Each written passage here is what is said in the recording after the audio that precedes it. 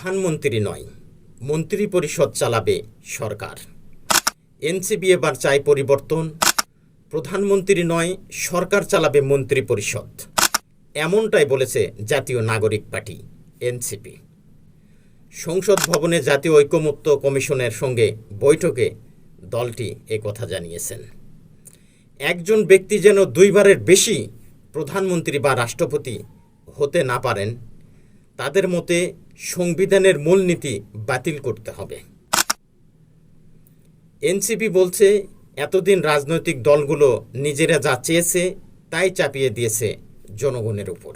তারা চায় দ্বিকক্ষ বিশিষ্ট সংসদ, নারীদের জন্য সংরক্ষিত আসন এবং সাংসদদের ক্ষমতা ভারসাম্য করতে ৭৭ অনুচ্ছেদ সংস্কার।